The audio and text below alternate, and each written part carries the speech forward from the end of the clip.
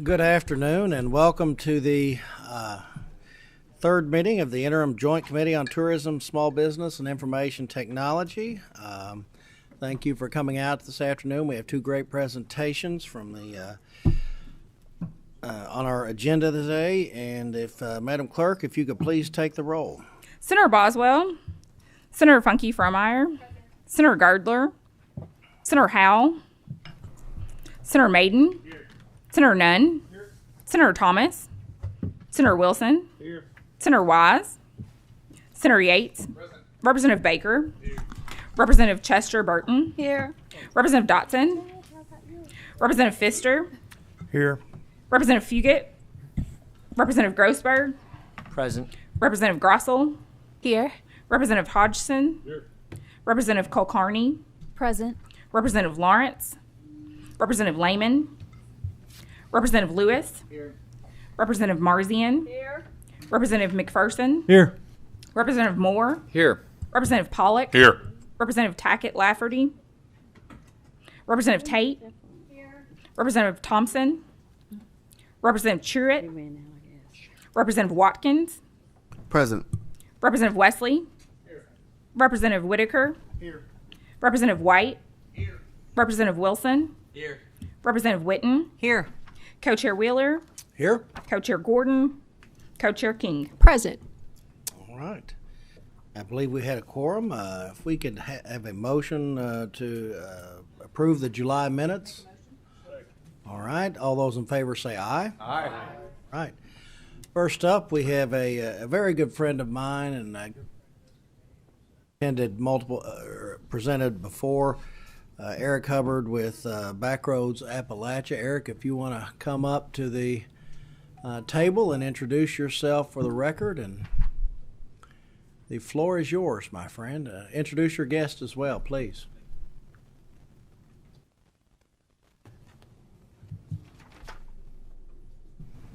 Good afternoon. My name is Eric Hubbard, Executive Director of Backroads of Appalachia.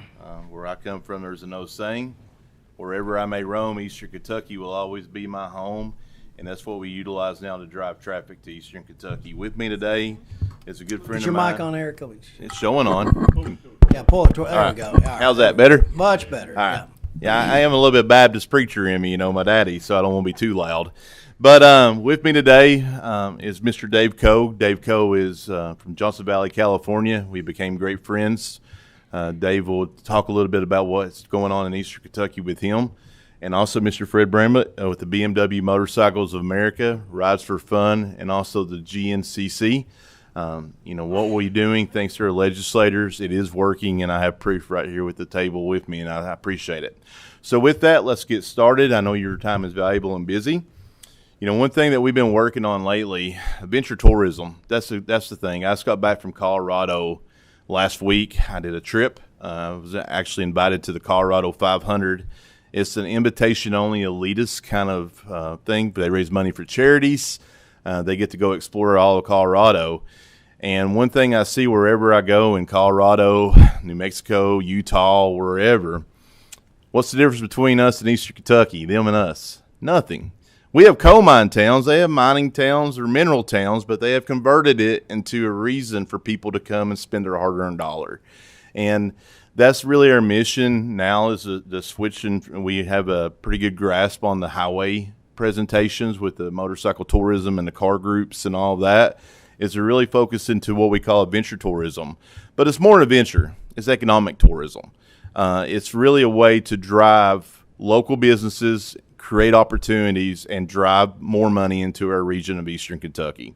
So with that being said, I actually hit the buttons right today, so congratulations. Our mission, we have three key components to our mission. It's economic development through motorsports. We support local businesses, and we also have a very active recovery program where we work with people in recovery and give them a second chance inside the realm of motorsports, and I take great pride in that.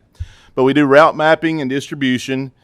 We stimulate tourism, our social media, Google ads, all of that, but also we're out where the tourism's at, recruiting them to come to Eastern Kentucky.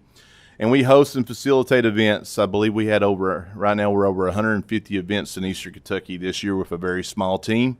Our team really cares about our region. That's why we work 24/7. We attract industries and we revitalize communities. Each effort directly contributes to economic impact. The magic word we're all looking for, wherever we go. The money remains in communities longer with a lasting effect. Last year, I don't know how many books we brought. I thought I brought enough. I didn't know this committee is this big, Senator, but we have an economic impact report. Empirical data is one thing that I learned a long time ago from Senator Brandon Storm, is to have, and also Senator Wheeler gave me this information, is to have proof of concept and also be able to back it up. Last year, with our University of Pikeville, Dr. Green, we submit all of our data to him, and it's an independent study. We was able to bring almost 70,000 people to Eastern Kentucky, a 3-night destination, and we brought in over $50.5 million to the Commonwealth of Kentucky, but most importantly, our local mom and pop people. Stimulating tourism. A long time ago, I had a crazy idea with the USDA. I pitched it. They funded it. We was given money to create a mobile application. First one the USDA ever funded. They gave us enough money to develop it, but they didn't give us enough money to put it together. So we all had to learn how to become IT experts, and working with women in recovery. In 3.5 months, we was able to put in over 5,000 miles with points of interest for all of our local businesses where people know where to stop and stay and see. Since then, we have grown a lot, and it's thanks to you guys is the reason why we're grown. But we are now proud partners with Rever. Rever in the motorcycle world industry is the largest mobile application they are, and we have destinational back roads of Appalachia routes. So now, not just the region and when we promote, but around the world, people are now coming to Eastern Kentucky and renting motorcycles and coming and exploring Eastern Kentucky because of this partnership. And I think that's just epic. And boosting regional traffic. That's the name of my game, traffic. Eastern Kentucky has a lot of some of the best roads in the nation. I can tell you about 700 in my head right now. My job is to travel and see roads, and also I travel when we make a new route to ensure that it meets the safety guidelines and make sure that our people coming in can handle it. We don't want the reputation of they fell off a ledge or, wrecked and got eaten by a bear. I was just going to be 100% honest with it. So we verify that, our routes are safe. They are a little bit technical, but the extreme things that we really don't promote that. But the whole purpose of what we do is we create a schematic. An engineering schematic. That's my background. I create a funnel effect. I drive the traffic where I want the traffic to go. I want them to get out there in the middle of nowhere, and I want them to get them tired, thirsty, and hungry where they land in their little communities and spend their hard-earned money. And that's how we actively. In Tennessee and North Carolina, they have one route, the Tail of the Dragon. It's amazing. It's a beautiful road. It's just like going to Pike County or Johnson County or anywhere else. The same roads everywhere, but they market it in that direction. The problem is so funneled effect from so many people on that route that there's death, there's catastrophic failures. There's a lot of the locals are not happy with it, but the people that's invested there, they're making all kinds of money, so they want it to continue. What we done is create a 5,000-mile route where we don't want one road just constantly being put on. We want everybody to spread the love, spread the wealth. So with that, when I started Back Roads of Appalachia, Dragon Slayer Highway 160, that's my pride and joy. I'm from right there on the Harlan County, Letcher County line. It was a vision. It was my own overtime money on a railroad, how to form a nonprofit. I went to SOAR. I started talking to legislators, and we started building it from the ground zero. But we finally got with an AML grants finally complete, and we just received our finally completed our $500,000 AML grant. We have a brand new state-of-the-art welcome center, and it is a shining star when people from Virginia cross over into Kentucky over big, beautiful Black Mountain.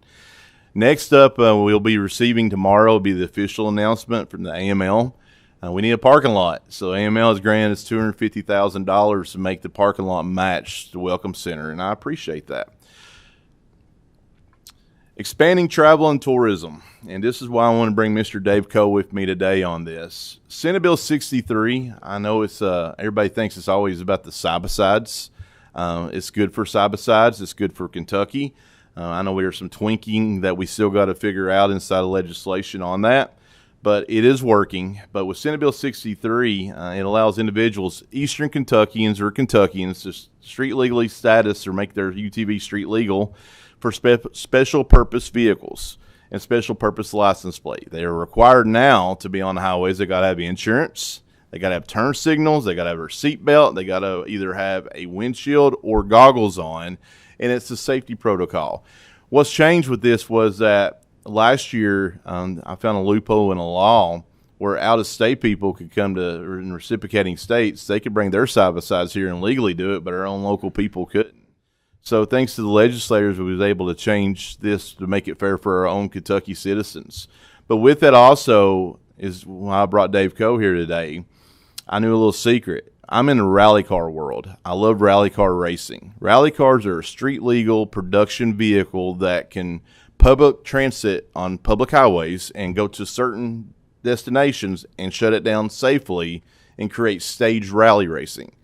Well, with that got me thinking about Ultra 4 and King of Hammers and the desert trucks and all of that they can now, with turn signals and the requirements, they can now come to Kentucky and put on an event.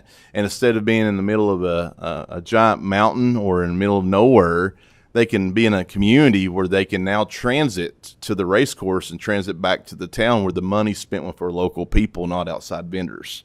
So that's the whole purpose of Senate Bill 63. Thank you, Mr. Dave, for the insight on that and the help. Hosting events.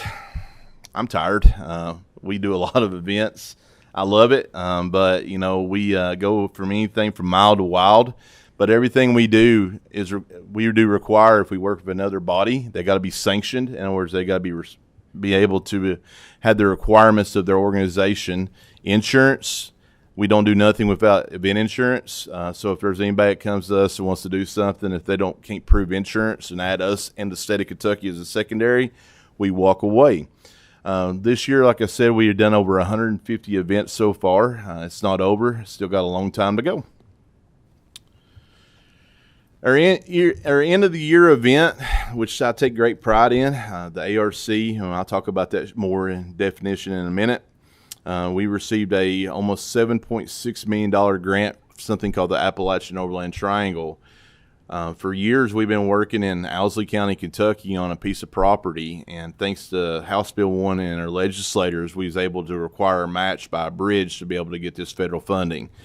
Owsley County, it's the next county. I live in Jackson County, but I love the citizens of Owsley County, and it really bothers me when I see YouTube and I see them being known as the poorest county in America. We don't deserve that. These people don't deserve that. And with the help of the ARC and also our state legislators and the new upcoming traffic of adventure tourism, I really think that we're going to change the definition of Owsley County, Kentucky. City of Booneville, there's a new vibe there. You have a mayor and a county judge working together. They're rebuilding downtown thanks to their legislators, and the buildings are starting to look good. It's starting to look like Telluride, Colorado. And that gives me hope that this is actually going in the right direction. But we park with the 24 hours of Appalachians, something we do in 3 states. It's a unique opportunity. We go on unimproved roads. We give them navigation through GPX files, tablets, and they have 24 hours to navigate on anywhere from 500 to 600 miles in a safe manner. If they veer off their route, they're eliminated. They're not allowed to continue on, or if they do, they can continue, but they won't get counted credit for it. What makes Kentucky different than West Virginia and Ohio, we require everybody to have to finish one of the other events to be able to be invited to Kentucky. We want the best of the best for them to come to Kentucky so we can always put in a good face, but also bring in the top-tier teams, which potentially top-tier teams might be a potential investor and an opportunity of job creation inside of our region. Next up, I think this is where you really got started with us, was this right here. Mr. Dave Coe, if anybody ever heard of the Baja 1000, Mr. Dave is a big-time Baja racer, and we started doing something in eastern Kentucky and West Virginia called the Appalachian 1000. This is going to be a 1,000-mile endurance run, not a race. It's navigation.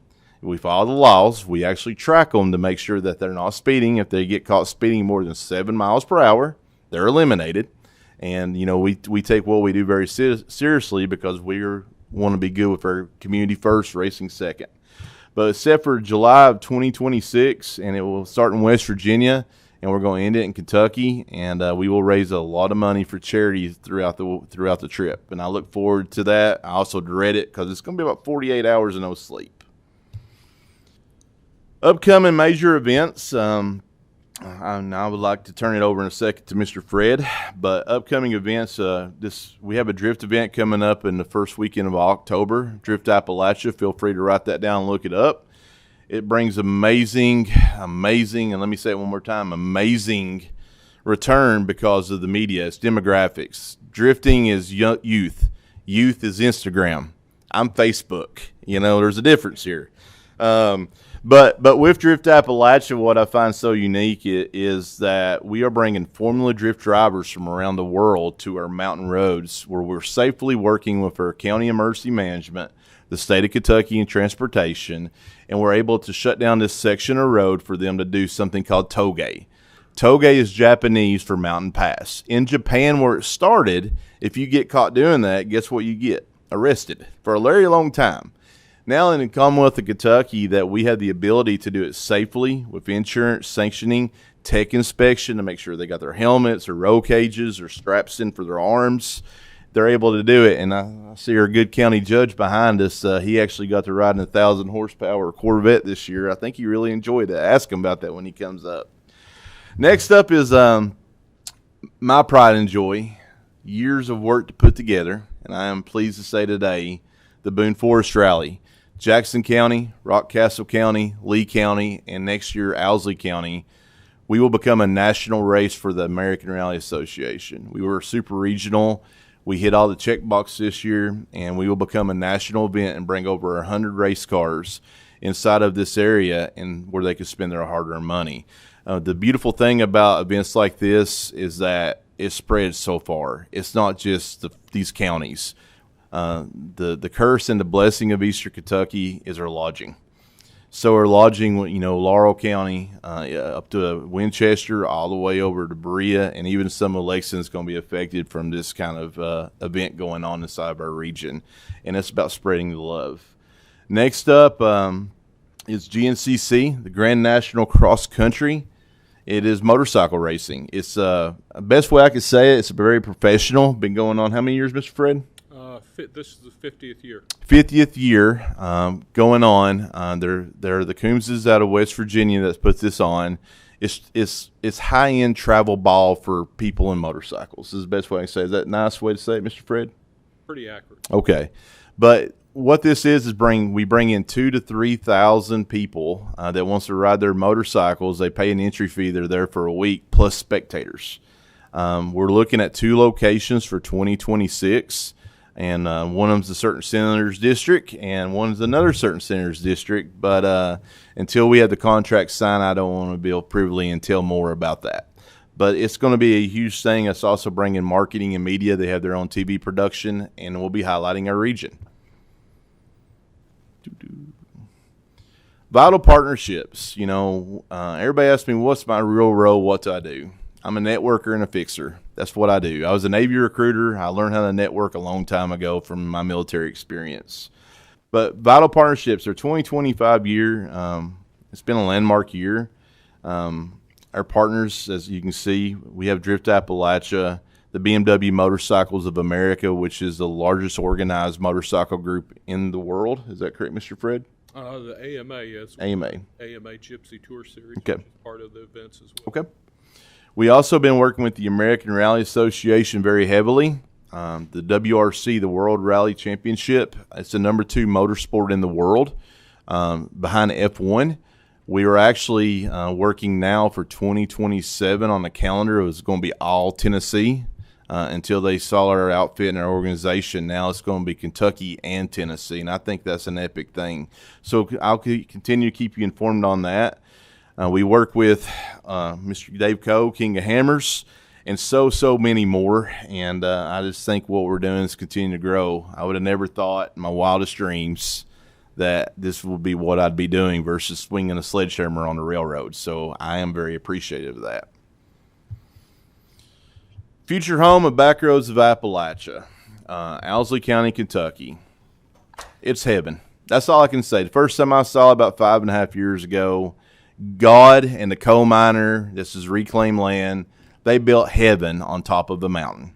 The natural topography of it, it requires hardly zero work to make different kinds of training exercises, race courses, to be able to develop people on the scale of driving. But the most important thing in the world of motorsports is training. How do we train our youth to make them understand the safety, the protocols to put on the race, not to be the race car driver, but you got to have a mountain of volunteers, a mountain of people to put on a race to make it safe. This facility is going to become the headquarters for that with the American Rally Association and also Ultra 4. And I couldn't help but thank everybody enough for us, again, to get this opportunity. We needed match money for it, and the match money was done by our legislators for us to be able to get the funding for that. And we should be, environmentals are done. We should be breaking ground and going to work come October 1st, and let's get it, so I look forward to it. Next up, our headquarters again. Of course, we have a bunch of news releases on this. The American Rally has already released it, so has Ultra 4 as of last week. And also with the BMW MOA and also the World Rally Championship. This is going to become the playground for training for people to come and visit. But most importantly, while they're here training, they're spending their dollars inside our Commonwealth of Kentucky. Industry and growing partners. Proud to say that our good friends that we met in a rally car race years ago, Green APU, is located inside of Boyd County, Kentucky. They are finishing up their construction on the inside, and they should be opening up pretty shortly. And we're actively working with Vermont Sports Cars. We'll see where that all lands, but we are actively still recruiting and working with them. But the one thing we didn't show on the slide, the pride I have in what we've done so far, is Pura Vida Rally, VIDA. Argentinians now live in London, Kentucky, and they have a shop, and they get to feed me once a month. I get to go down and eat Argentina barbecue, so I'm tickled to death. But what they have done with their Google Translator learning English is they've hired 3 employees from Eastern Kentucky to help weld and build race cars. And, to see their pride and see them having Kentucky all over their cars when they travel around the country and race, I think that's just awesome and epic. Revitalizing communities. One thing that we believe in, and this is our motto from day one, is community first, racing second. If we do any kind of event, what can we do to benefit the community? If we can't figure out how to benefit the community, we're not going to do it. And I've ran off some sanctioning bodies for that. It's not about you just making money. It's about what can you do for a community, because we want to come back again and again and grow. And I think Senator Madden's a perfect example of that in over in Bell County, what we've done in Pineville for the past 6 years now. But growing the team, we're always looking to hire, opportunity. We're not Rockefellers.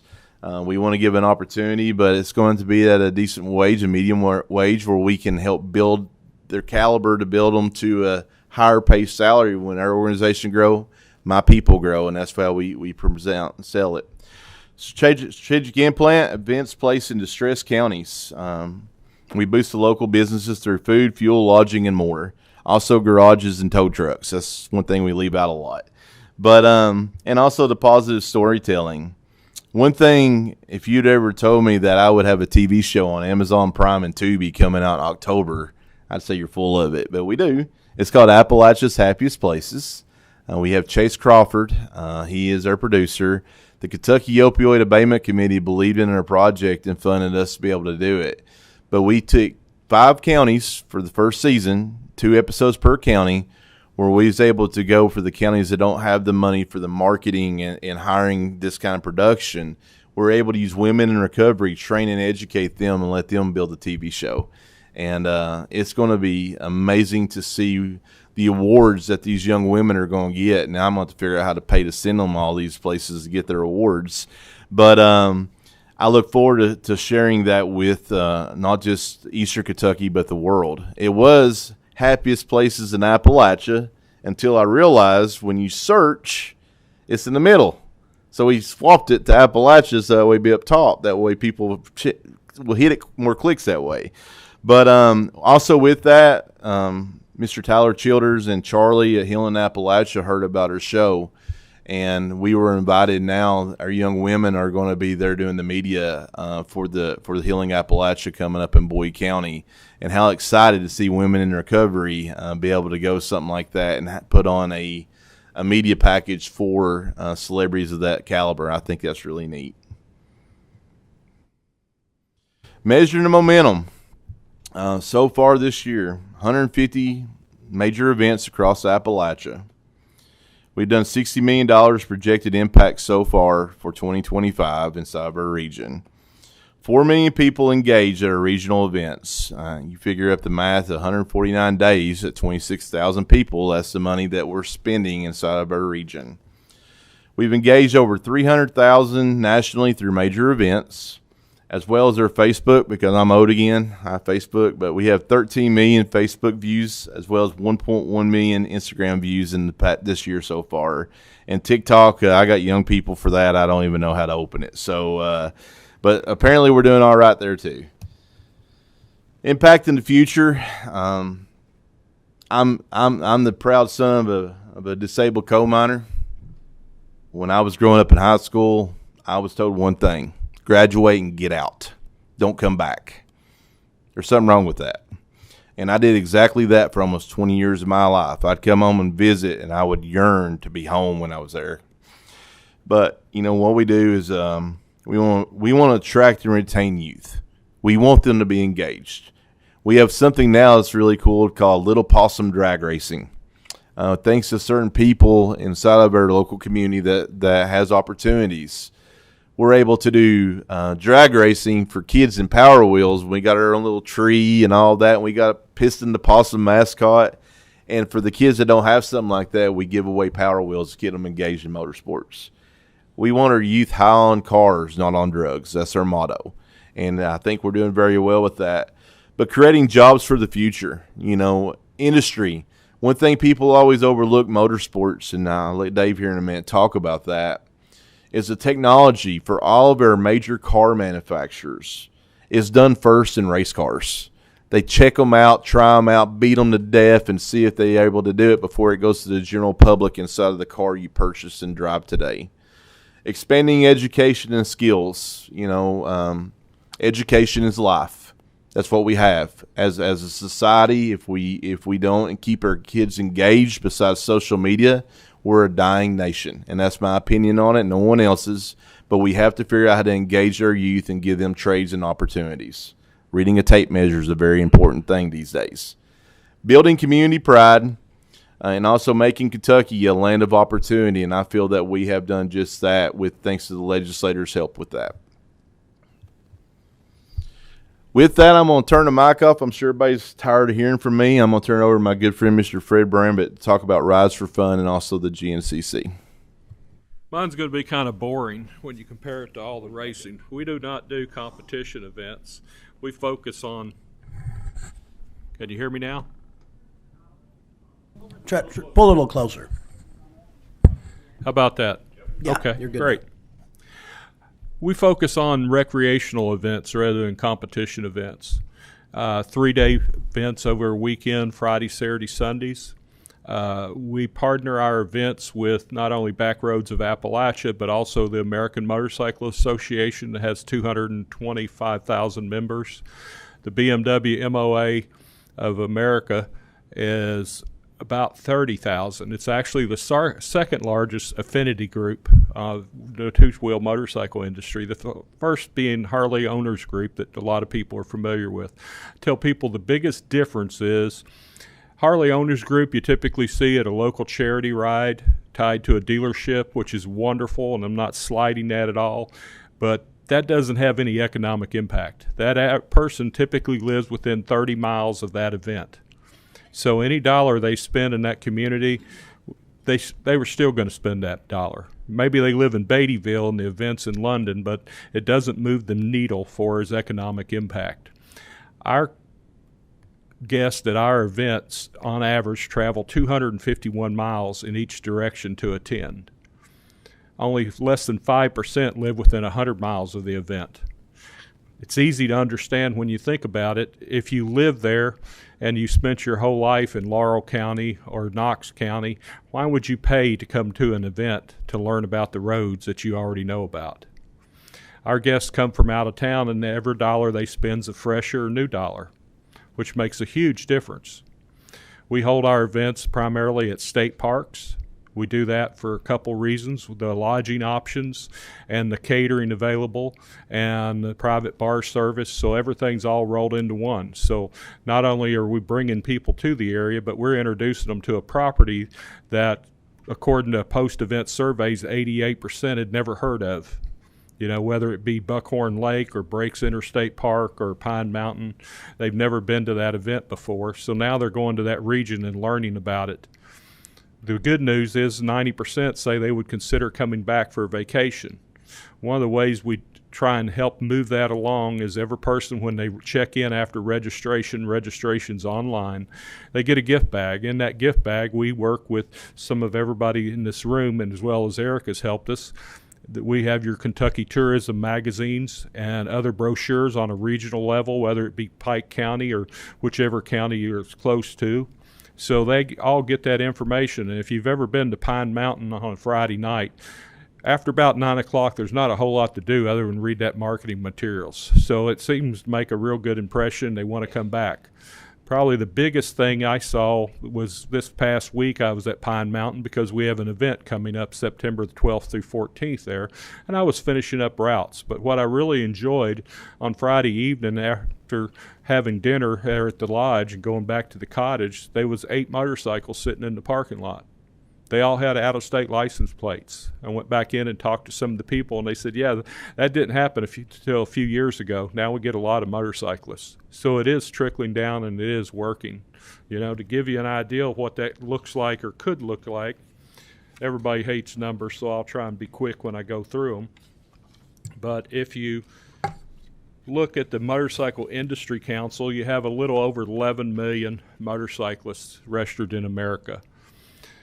Using our number earlier from our post-event surveys, where our guests typically travel on average 251 miles to and from the event, and you look at the registered motorcycles in those states only, that's 4.4 million motorcyclists that you could possibly reach with our event and introduce them to that region of the country.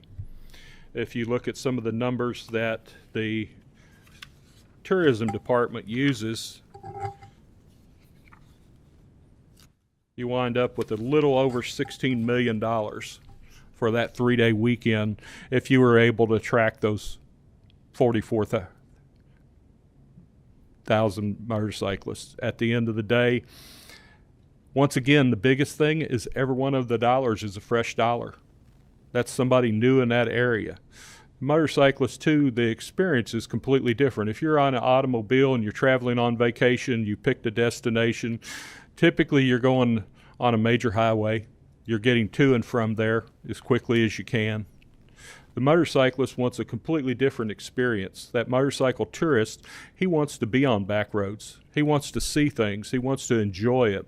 He's more likely to have dinner at a mom and pop diner in Harlan than he is along I-75, or buy gas from a mom and pop gas station in Pine Mountain, Pineville area, instead of a 5-star somewhere. You know, he's not going to move the needle or have a big impact on Lexington or Louisville, but he's really, the money he's spending is going to be going into these rural mountain communities where it's needed most to have the positive economic impact. Other project we work on with Eric was the GNCC series. It is, like Eric said, 50 years old. It's the most successful off-road motorcycle series in the world. There's competitors typically from anywhere from 7 to 11 countries there. You wind up with competitors of anywhere, depend on like all outdoor events, a certain amount of it's weather dependent, but you're going to have somewhere between 2,000 and 3,000 competitors. You're going to have typically 2.8 to 3.4 additional people per competitor that's going to come, that's going to be friends or family or part of their crew. So it is going to make a big economic impact. And once again, when you're talking to 8,000 people in a small community or county, all that money is brand new dollars. They're not the guy coming from down the street. So it's going to really have a big impact on that. Another group that we've worked with a little bit, and some people may be familiar with backcountry discovery routes, BDR. They've talked to us and asked us about developing a route. They have them already, currently 22 of them in states, primarily started out in Colorado, Washington, Idaho, Nevada, New Mexico. And they have one to Mid-Atlantic, but they wanted to come back and have one in Kentucky. We pitched them on, so it's careful what you ask for. So now they're considering it, but I have to lay it out and create it for them. So we're working on that, but that will have a major impact economically year-round for people that bring to the area just to ride that route. And because it is an adventure route, adventure is a combination of asphalt, gravel, and dirt roads. Everything is a fully licensed, fully legal street bike. But that person wants a primitive backroads experience. So once again, they're going to primarily be in small rural mountain communities. They're not going to be going, you're not going to see them on I-75. Well, thank you so much, Mr. Fred. Next up, of course, a lot of things on two-wheel. And get your attention now to, in my world, King of Hammers is, you have the Daytona 500 on track. But in the off-road world, you have the King of Hammers, Johnson Valley, California. And I'll turn over to Mr. Dave Coe, a visionary and a man that has sacrificed and also made. You have sacrificed, trust me. It's better than working for a living. Well, it's better than work for a living, but his travel around the world and what he does is the only person I know that's ever raced over the Great Wall of China. That's kind of cool, and I'll turn it over to him. Thank you for having me. I've been here now. This is my third trip to Kentucky. I've been here this week, spending a lot of time out towards Hazard again. We're looking forward to bringing our U.S. Nationals to Hazard, Kentucky next October. It'll be the 17th or the 24th. And that would be the stepping stone for us bringing what I have found to be successful in making the bigger events is if you bring different genres of racing or even cultures together. And the more you can kind of cross-pollinate that, the more the event steps up, as opposed to if I'm trying to get all the off-road racers to come here, then I'm still only going to get 30,000 people. But if I can get bikes and street bikes and overlanders and the different groups that all tend to like the same kind of party and bring them, then you end up making a much bigger party. And it's much more organic and authentic, and you're not chasing it, like trying to force it to happen, because your customers become your biggest salespeople. They enjoy it. They want to come back. They do it again, and you just grow that way. I've never put up a billboard any place. I'm probably the worst promoter on the planet because I've never actually promoted anything.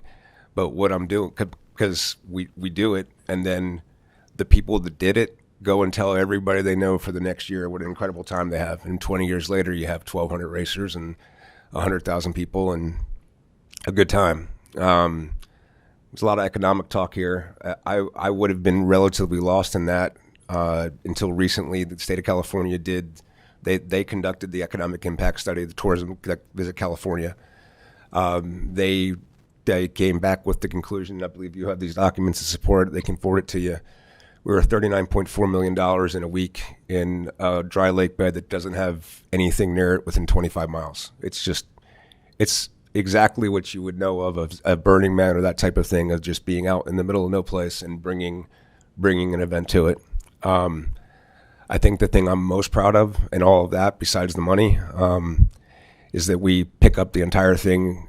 All 100,000 people go home. All the trash is picked up, and everything's back to the way it was 2.5 days later. And it's public land. I take that very, very, very, very seriously. We don't have a lot of that on the East Coast. In fact, we don't have any. But out west, we have BLM land, Bureau of Land Management. This is our land. It's just like county or state land here, but it's federal.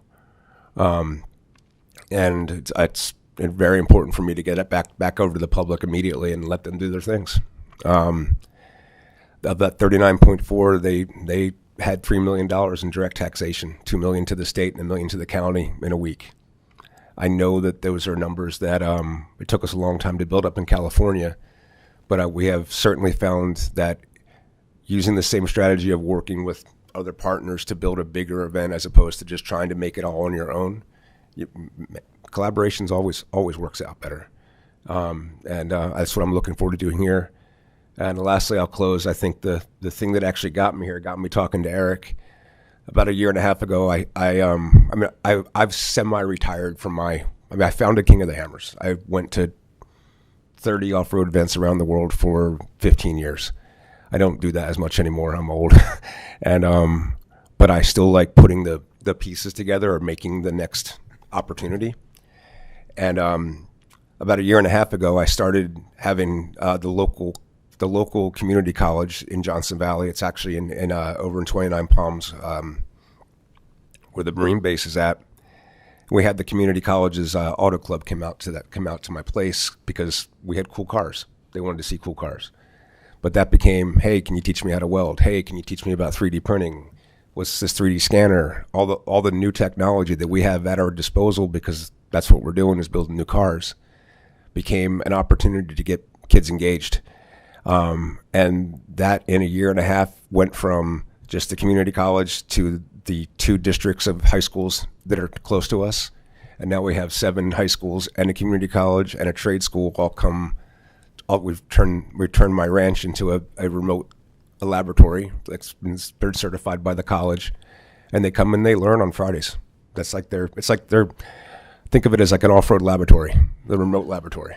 And in doing that, I never saw, you see it, you feel it when you meet kids and they're doing the things and you're excited about it. But then I did not anticipate that would turn into an opportunity where people actually could be placed in the industry, getting jobs, that kind of thing. I just kept thinking I was going to keep making race courses happen. And it turns out the culture itself is supporting that level of initiative. And I'm very, very thankful that we are opening our East Coast headquarters in Owsley County. Aside from the kids learning the technology of off-road, we as off-road motorsports haven't been historically professional like you would anticipate NASCAR, Formula One, IndyCar, all the sanctioned things. I chose to partner with USAC, the United States Auto Club, in 2010 for my insurance. And what that has yielded now is we are creating a new sanction inside of the United States Auto Club, but for off-road. It's the Federation of Off-Road Competition United States. And it'll have short course, it'll have rally, and it'll have my style of racing, Ultra 4, all in one sanction. And we've never trained our drivers to be able to drive those cars on that course. You had to sign your name. If you could sign your name, you could drive a 1,000 horsepower car. You could do anything you wanted to do. That's not the way it works in any other kind of racing. And the other part that doesn't happen is, since we didn't train our drivers, we didn't train our marshals on what the drivers were going to do because we didn't have it. That's all changing now. We're going to train our drivers. We're going to train our marshals, and we're going to train the media, and we're going to train our course workers, our promoters, to all be speaking the same language, all working together, which will increase safety, opportunity, and everything else. So I'm thankful for that opportunity here in Kentucky. I'm looking forward to being able to put people through those opportunities, and thank you very much for having me. Ultra 4 Next excites me. We've already been in some multiple conversations because that's Eastern Kentucky. Teaching our youth how to build a race truck that will go up a mountain. That's going to get our youth's attention. And I look forward to continue to grow Ultra 4 Next and hopefully have a good home in Eastern Kentucky. Thank you, Mr. Dave. Thank you all very much for your presentation. Yep. We do have a few questions. Yep. I will begin with my colleague, Senator Yates. Thank you, Mr. Chair. And as I'm sitting here, I was actually texting back and forth with my father and taking pictures. And I got several friends who they've done the Tail of the Dragon on there. And you look at the economic impact. I mean, the hundreds of thousands of people that go through, by the Smoky Mountains through Tennessee and North Carolina. And they have learned to really double down on that, invest into it, and take in that economic impact. So looking at this, I see nothing but opportunities for Kentucky that we could take advantage of it. My other hat, we had some issues with some youth and some street racing year after year after year, and it's texting over. Wouldn't it be great if we could figure out some kind of program where we could maybe mirror off of you, or even a partner, so where these kids have a positive outlet. And the other is I've been heavily involved in recovery. My life, my father graduated from the Healing Place twice, and I grew up around there, and I see the miracle of recovery. But part of that is giving someone a purpose and the opportunity to move that, and not just with recovery and addicts, but with our kids too. I've learned as a youth mentor that with kids, if you find, it's hard to tell them to do something, but if you find something they're already interested in and you can give them a positive outcome with that. And so I think this might be a huge opportunity for partnership as we move forward, but the economic impact, I think, it's got to be promoted. So right now we're putting a whole lot of money into strategically messaging Kentucky.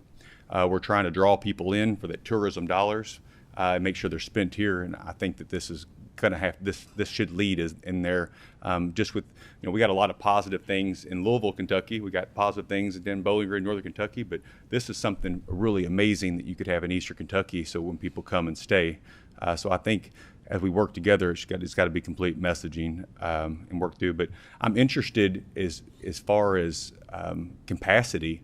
In the event that we did some partners with some of the schooling, and I'm looking at, we got like the Kentucky Sports Car Club and the Grease Knuckles Car Club, and some of the things like that.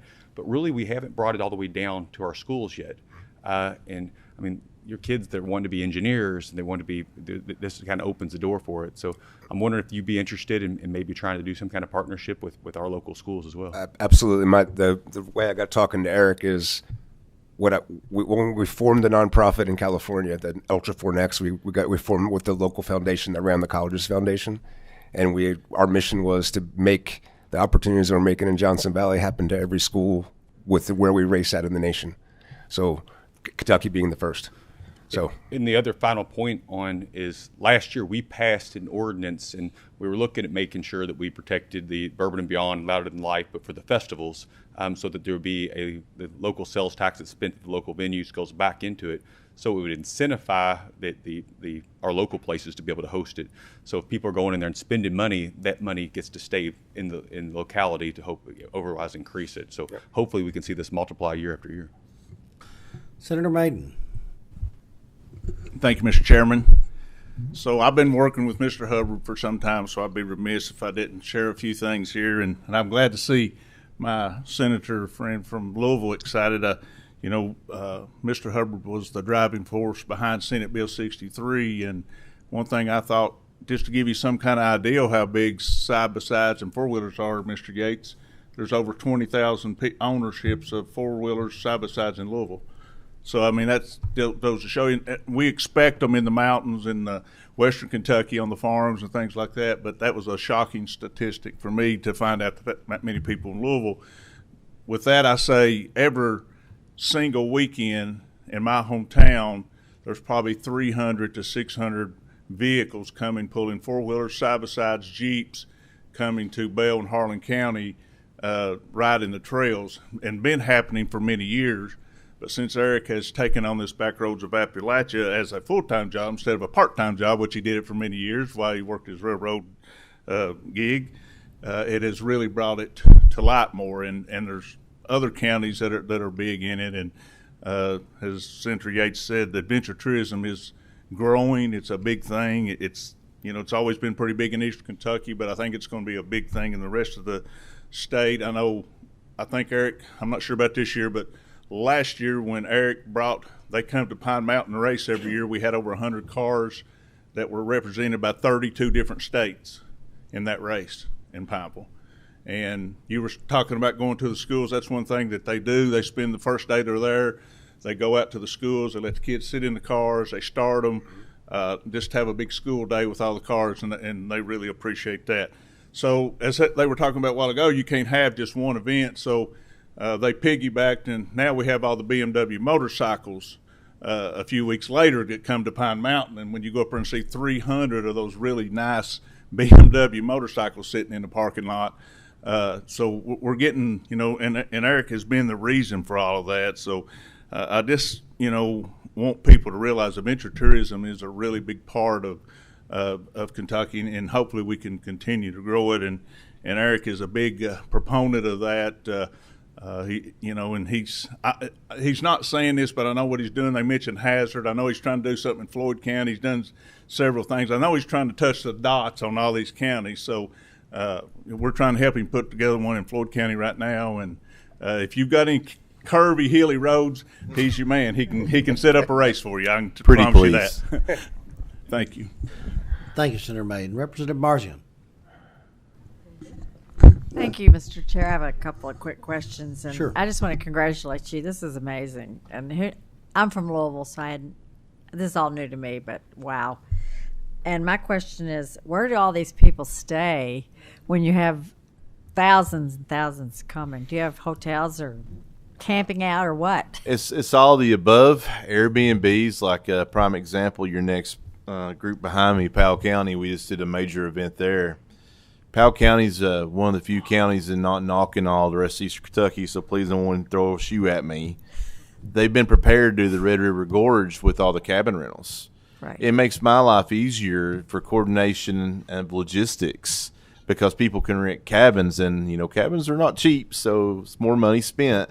But like Pike County is a big hub, Floyd County is a big hub, and it might be 2 counties away, 45 minutes away, but they're going to try to stay together in a hotel. Lodging. I can go into statistics of U.S. Highway 119 from Pennsylvania to Kentucky. It's the downfall from coal and also the travel and salesmen. It's not just coal. It's that you don't have a travel and salesman no more. We Zoom. And, lodging is continually degrading inside our central Appalachian region. And, things to drive traffic. And that's my goal, especially for the communities that don't have lodging. I want to drive traffic to them where I can say, hey, judge, hey, mayor, hey, economic development person, here's your numbers.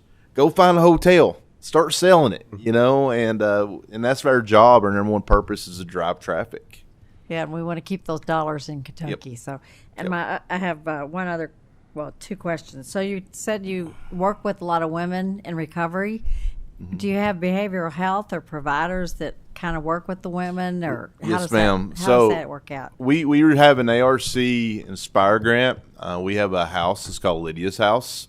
One thing I learned a long time ago, and I'm not a jack of all trades. I want to be able to enable these women and give them the opportunity to have jobs, but I am not in behavior health. We have partnered with Addiction Recovery Care. We've also partnered with some other smaller units that help us with the behavior health side of that. And also, if they're NARS level 3 or not. And our job is to give them the opportunity, give them the job, give them a safe environment, but most importantly, give them the ability and make them public speak. Because I believe public speaking gives you the backbone to survive anything in life, and giving them their voice back. And that's what I take great pride in. Is if you watch our social media every day, they got to be on there and they got to do a video. We are open. The weather is here. Come and visit Eastern Kentucky, and I take pride in where you're from and where you live, and not how I was raised. Get out. And so that's really what we do for a recovery program. That's one. And how many women are in it? Right now we have 6. That's great. Representative Wesley. Thank you. Hey, Mr. Chairman. Eric, I would like to thank you for what you're doing for all of us. And I'd like to speak, if that's right, Mr. Chairman, on behalf of Representative Fugate. He's not here, but the job and what he's doing over in Perry County and Eastern Kentucky has been phenomenal. Mm-hmm. He has something, it's called Men on the Mountain. Mm-hmm. Literally hundreds of people shows up with side-by-sides. And so living close to Powell County, here's our people here.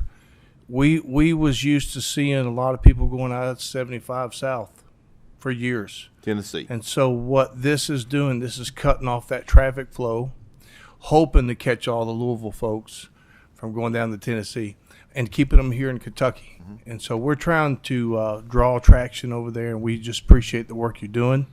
If you don't mind, tell Mr. Little and Mr. Bobrowski I said hi from over in Owsley County. I'll do that. Thank you, sir. Thank you, Representative. Senator Nunn, briefly, please. Yes, thank you, Mr. Chairman. You touched on it briefly in one of your answers with lodging, but I'm sure there's a lot of complementary small businesses that you need to make this successful. What are your gaps? What are the hurdles that you're seeing from small businesses to start up and provide those lodging, restaurants, garages, maintenance facilities that you need to make this an all-inclusive event? Well, for me, just to be honest with you, Senator, I think a lot of Eastern Kentuckians have been kicked down long enough that they don't feel like they have the potential and possibility to be their own entrepreneur. And, one thing I see a lot, and like right now going on in Owsley County, we have property being bought around our funding and what we're doing now, but it's outside investors. People's now calling farmers, buying farms because they see what we're doing. Figuring out a way for us to educate and engage and give that pride back. We have SCED, we have the Kentucky Highlands, we have all these wonderful programs that can help fund our locals become the entrepreneurs. Pigeon Forge, Tennessee is your prime example, and I'll get off my soapbox because I know Senator Wheeler wants me to go. But you have people that come in that invested their money, and the local mountain people are living the mountain wage still, while the people from outside the area. The one thing that I would love to see in Eastern Kentucky is for our people to not do the mountain wage and become the owners of that. And I really don't know the answer, but I scream it on a daily basis, and there's a lot of people smarter than I am to help me fix it. Eric, I want to thank you and your guests for being here today, and you are just a shining example of what the person that can take some of the opportunities that we have in rural Appalachia and make it work and turn it into something actually producing money and drawing people into the area. So it's a real honor to have you and your guests down here in front of the committee, and thank you for that very informative presentation. She said she's okay. Thank you. Thank you. Real quick, Senators, remember we're the tip of the spear for you. I know. All right. Next up, we have the Powell County Tourism to talk about, I guess, one of our state's natural treasures. Judge,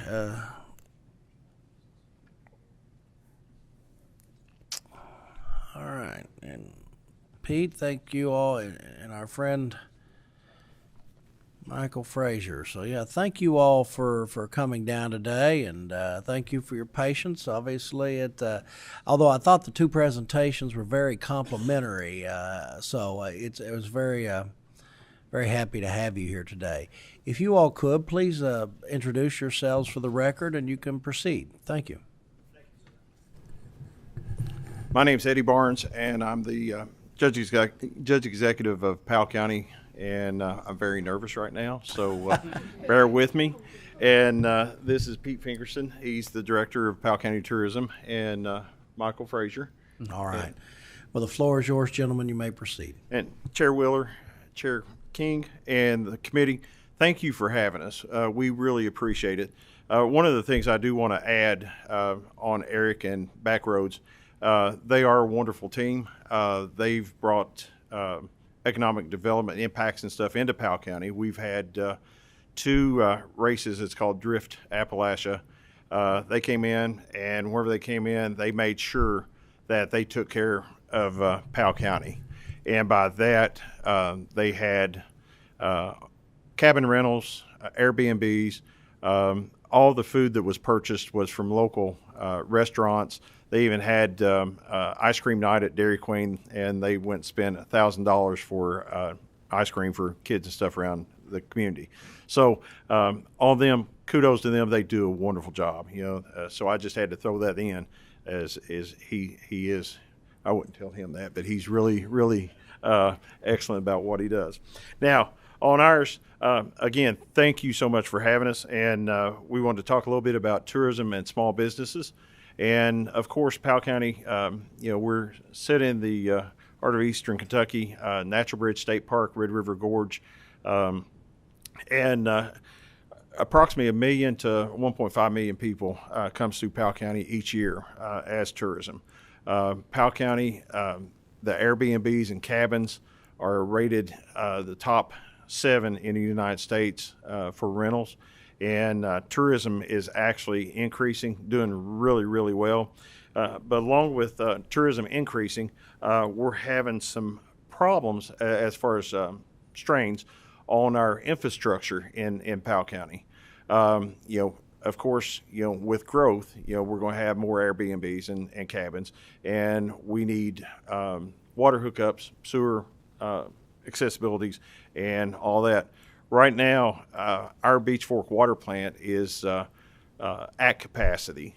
They're pumping at approximately 2 million gallons per day, and right now we have a lot of cabins that has no hookups, no water hookups, no sewer, because we can't support them.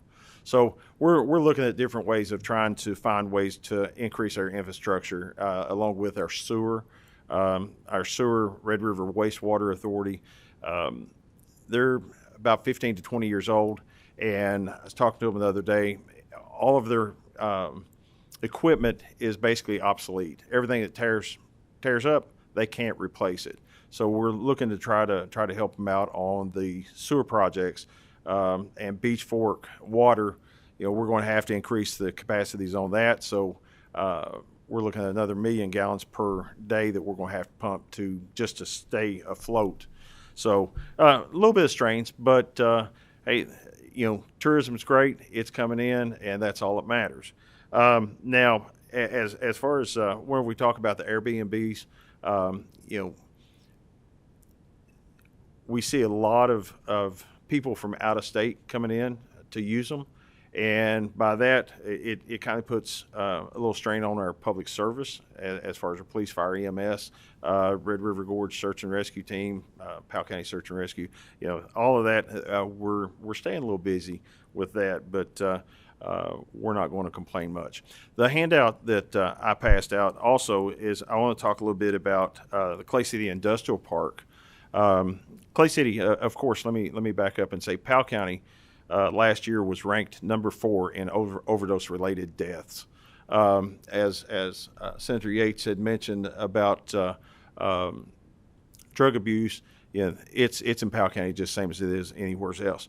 So that's the reason why we're trying to increase our workforce in Powell County, and one of these ways is the Clay City Industrial Park, Business Park, and along with Airbnb infrastructure problems, we're having water problems of getting it there. So we're looking to try to find ways of gaining revenue to fix these problems. Right now, we have 4 pretty good size businesses: TEPCO, Red River Ranch, and Powell Valley Millworks, and our basically Powell County Board of Education. That's in Winchester Coating, yeah. But that's it.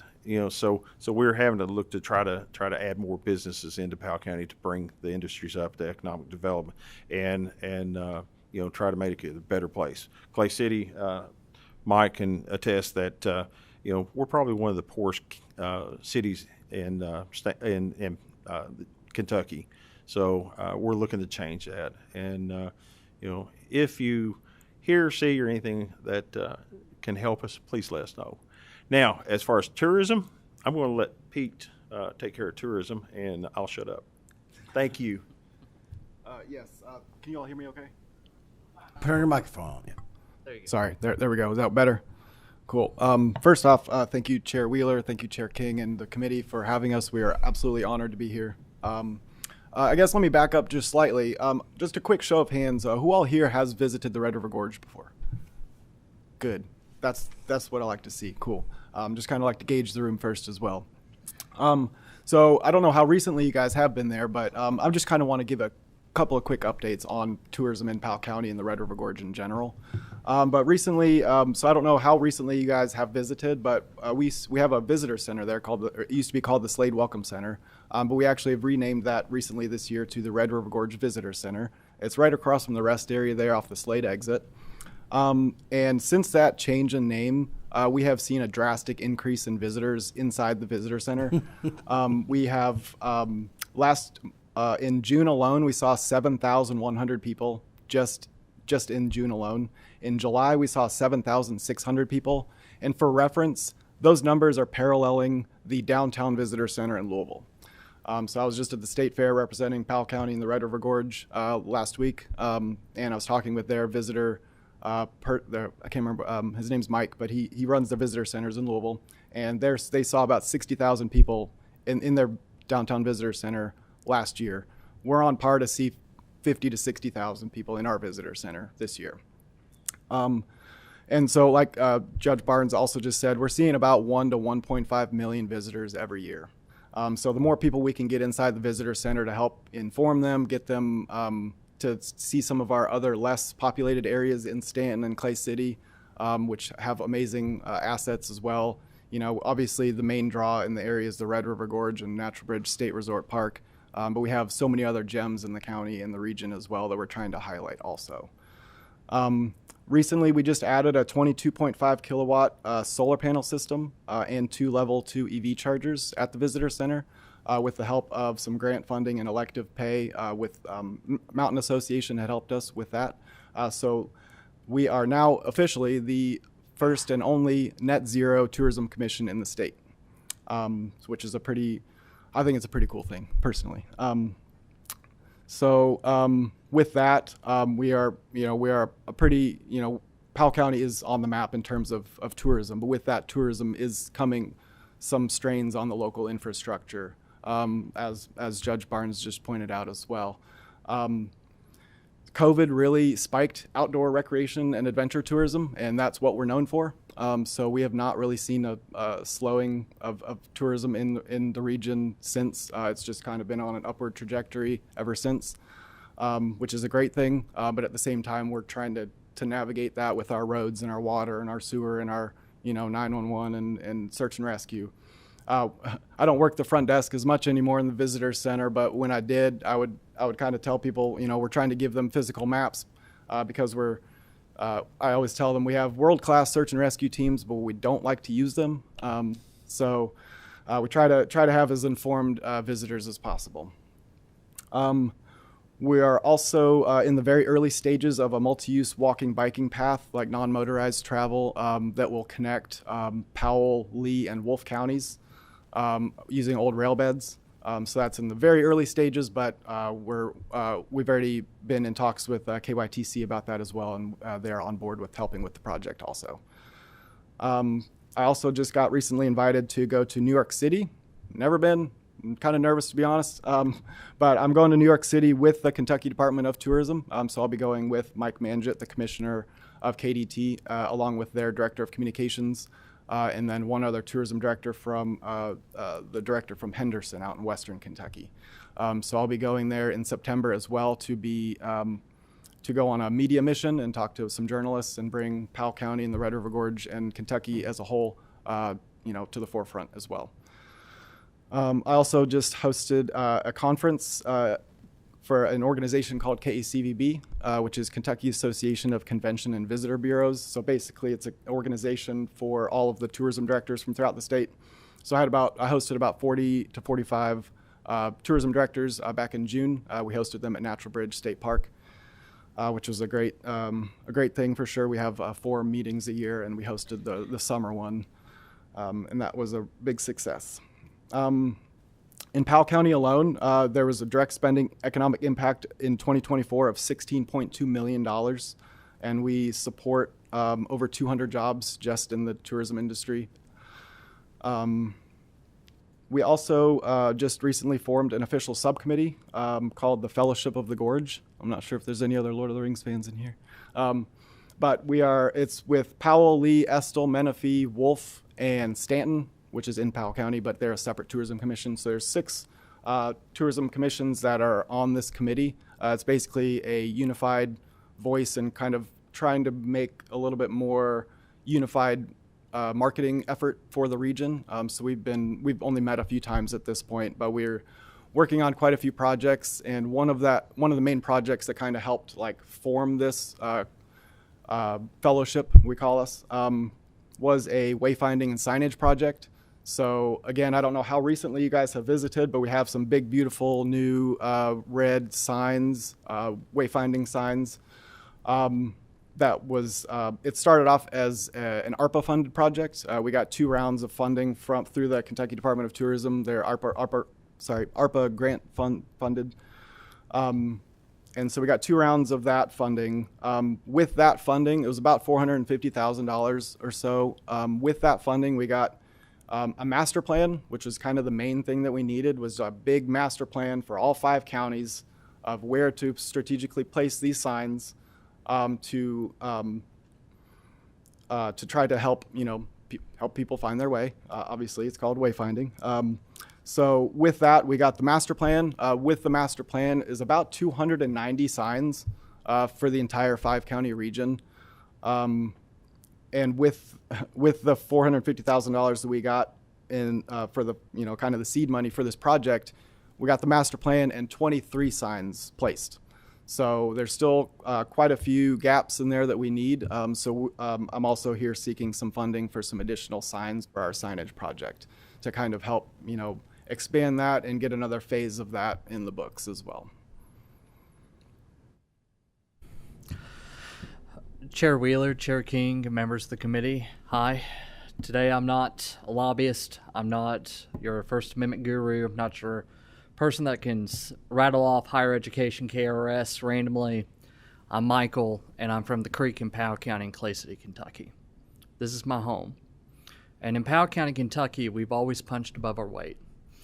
In Powell County, which incorporates Clay City, Watersville, Stanton, Slade, Roslyn, I can go on and on. We are a community that's been blessed with the beauty of God that has given to us and what has become the symbolic nature of the bridge, the Red River Gorge, inside of Powell County. We're blessed with having people that care about the community right off from the Mountain Parkway on exit 22, 24, and also exit 18, correct? Did I get the exits right? 16, 18, 22, and 33. I was close. But folks, Powell County, Kentucky, while I know that we have so many different localities and so many different counties, Powell County is in each and every single one of you, including our tourism. For instance, in Powell County, Kentucky, we do produce, from Georgetown, Kentucky, we E-coat all of Toyota North America for Lexus and Camry through Clark County and Powell County. It's through Natural Bridge and our tourism that we bring Woodford Reserve and our bourbon products through our tourism and industries. We also bring in logging from Rowan County, Kentucky. We also do shipments from Steel Technologies with Mancia and Eagle Trucking from Louisville, Kentucky. In Powell County, our tourism, and the reason why we're bringing this here to you all today is because Powell County matters not only just to us, where I'm from, but it matters to each and every single one of you. And our tourism is one of the thriving causes and one of our thriving industries in Kentucky. And with the ability and the problems that we have in Powell County, from overdosing, fourth in the state, with also the poorest city in Kentucky, we know that we have problems. And we know we can use our tourism industry and our economic industry and the beauty of the bridge to actually ignite a new hope in Powell County. And that's the reason why we're here today. Some of you all may or not know this, but y'all, I was born poor as hell. We used our oven to heat our trailer. I didn't know you used a furnace until, 8th grade? Yeah. By the way, this is my cousin. Eddie. There's the fun. But when we look at the bridge and the people that come to Powell County and our diverse community, both natives and those who move here, when I didn't have food at the house because of abuse, it was Eddie and the people at the bridge that came to our rescue. We're a tight-knit community because we have been blessed by our community. But we also recognize that we need your help to ignite our community as well. So for instance, looking at the bridge area, and I'm not just talking about Powell County, but I'm talking about Alsa County, Breathitt County, Lee County, and so forth, that we also have a high restriction of non-taxable revenue land in this area. So what this means is that local areas, municipalities are not able to compete, and we're seeing deficiencies in public schools, municipal funding, and road funding. This is something that the General Assembly should look into address, because while schools around us are thriving, Powell County Schools is, I think, at the top 20 in the bottom. And I want to be clear, just because of the top and the 20 and the bottom doesn't mean we don't have the best teachers and the best kids. Remember, I'm a product of Powell County Schools. We also need additional road funding. Our roads, well, frankly, when it comes to the infrastructure problems of Powell County and Clay City, and especially with our infrastructure issues, we need an industrial park. People want to work.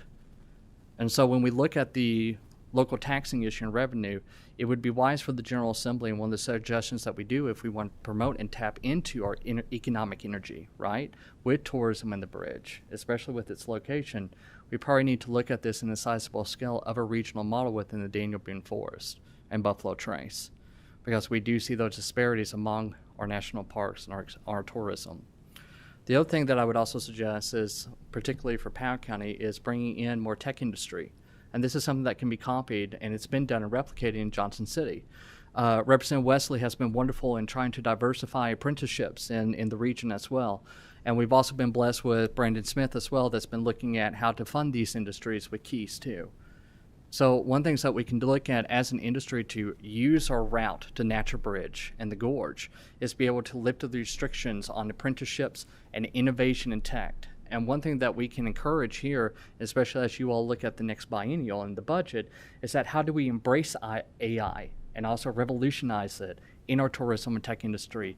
How do we bring some of these mom and pop shops that Pete and Cousin Eddie, well, Judge Executive Barnes, has been wonderful to bring in and untap and not only just release Natural Bridge into the rest of Kentucky, but nationally as well. Folks, I'm so proud because this is my home. And everyone here and every single one of you all are touched by my home. Trust me, I found the data. Y'all know I do. But these individuals have stepped up in a way to ensure that we unleash Powell County's potential and ignite our tourism through the bridge, the heart of Kentucky. So, folks, we need help, and I'm proud of being here because I think this is, I look back in the legislative history, the first time in 60 years that Powell County has been brought to this table. And we are honored to be here. Yes. But we need your help so that we can keep the heart of the bridge, keep going, move forward, and move forward regionally as an economic boom using our tourism and businesses. Thank you. Thank you all very much. I think Representative Wesley has a question or a comment. Thank you, Mr. Chairman. First, I'd like to say to our friends, thank you for being here, Michael and Cousin Eddie. Appreciate our judge, what he's been trying to do over in the Red River Gorge area. And just to let everyone know, we have, I believe Pete said, over 1.5 million people that come through as tourists. There's no reception down there for our first responders. They have, I don't know how many reports, because I know that you're a first responder also. And we would love to see the internet get down in there because it's desperately needed. Yes, sir. But I would like to challenge Pete, if that's okay. Yes, sir. Is that all right?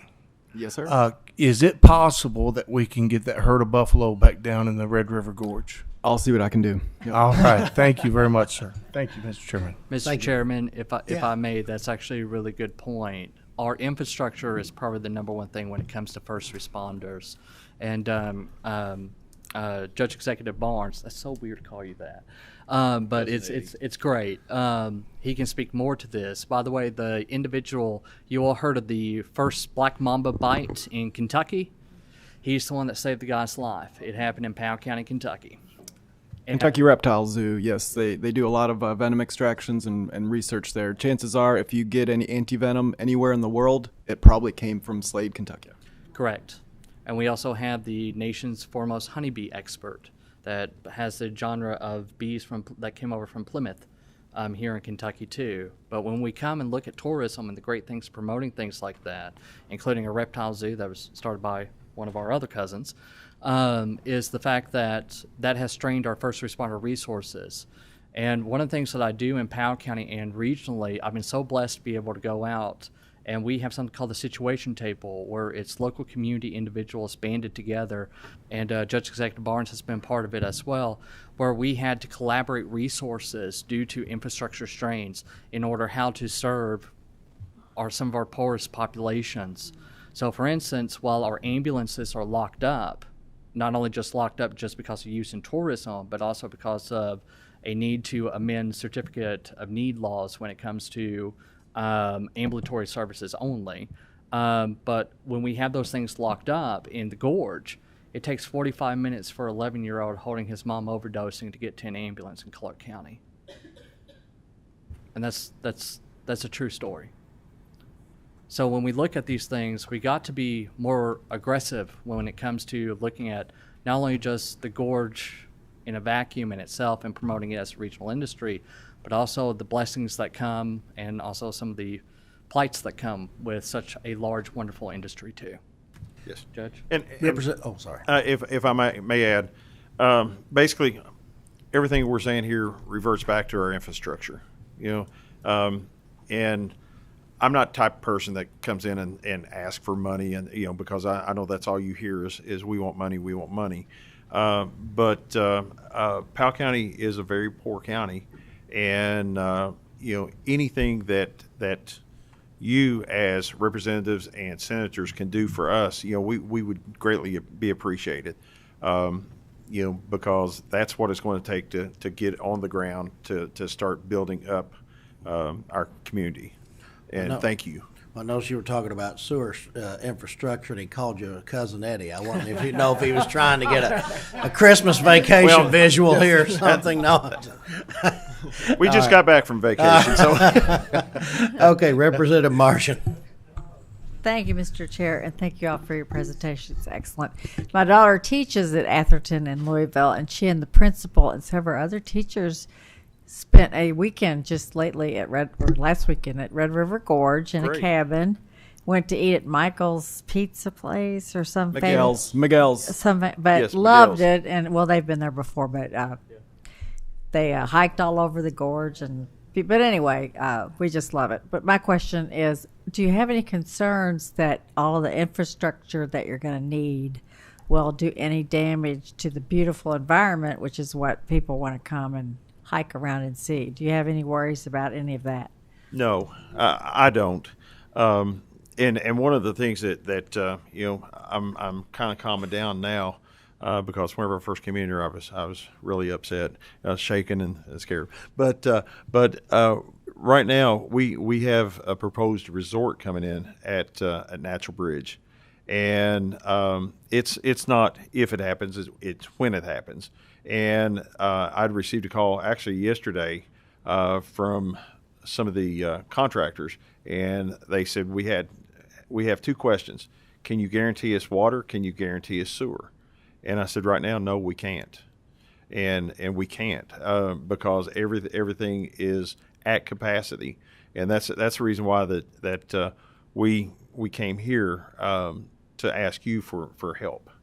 The resort, they're it's on the move up, but we just have to fix our infrastructure before they proceed. And Representative, the reason why we're approaching this from a county-wide has been due to these two individuals' wonderful planning forward, is that tourism, even though tourism and Natural Bridge is mostly consolidated in Powell County to the Slade and Roslyn areas, we do have to approach it from a county-wide area so that we are punctiliously preserving the natural beauty. Right. We know that there's a pigeon forge in a Gatlinburg. That's not the reason why people are coming to the bridge. No.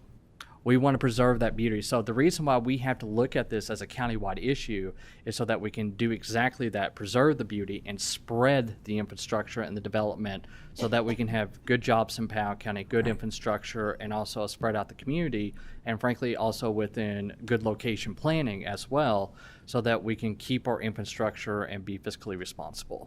I like to hear you don't want pigeon forge. No. Yes, that's absolutely correct. Yeah, Representative Grossel, and that will be the final question. Thank you, Mr. Chairman. I just want to appreciate you all and thank you, Judge Executive and others for being here today. I want to highlight something that binds both of our districts. I represent part of Scott County and part of Fayette, and I have to say there's a famous pastry shop Martine's Pastries. Martine and her husband Jim moved here. They actually baked my wedding cake, but they moved here and opened their bakery because of Red River Gorge, and they fell in love with the Powell County area. Even though they call my district home, I know that they visit often, and so many other people that live in my district appreciate the proximity to the gorge and the beauty there and use it as a place for recreation and escape. So thanks for all that you're doing to make our beautiful state shine. Thank you so much. We do appreciate that compliment. Yes, thank you. And Lori Saunders over there in Georgetown is awesome, and so is Mary Quinn over in Lexington. So we work together as well. They sure are. Thank you so much. Just because he's my sweet mate, I got to give Senator Baden the last question. Thank you, Mr. Chairman. You keep talking about your infrastructure. Have you all done preliminary estimates and stuff on what you may need?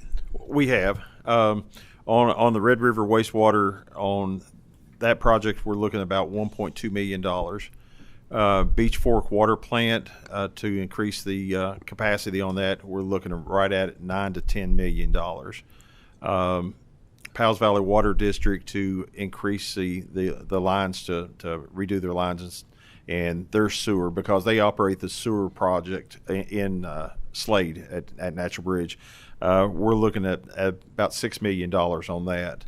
And I'll be honest with you, I'd met with Senator Stivers one day, and he said, "How much are you looking at that you really want?" And I told him about $40 million, and I thought we was going to have to resuscitate him because he's like, go a little bit more. But in order to actually fulfill the needs, we're looking at right around $20 million. Have you started an application process for KIA? Yes, yeah. USDA, KI, KDPI, we ARC through the federal funds, rural development. We're looking at every funding opportunity before we come here. So, and resuscitate for the purposes of, a lot of people think that because we're so blessed with industry, with the tourism industry, is that we get some sort of huge tax credit for it. We don't. No. It's mostly from local support. You got to think that we have people that just come there and visit once in a while, but we have to have a sustainable income, which is something that we all faced here. So I think that when people think of, especially that when we come here and say that Powell County needs $40 million for basic infrastructure, just 45 minutes of Lexington. Senator Thomas, you know that. You visit us, and Josie Holland says hello, by the way. Just 45 minutes, our infrastructure has been worn down so much, just 45 minutes outside of Lexington. So I think that that's where it's always come surprising, is that what we need and how we go forth just that far away from Lexington.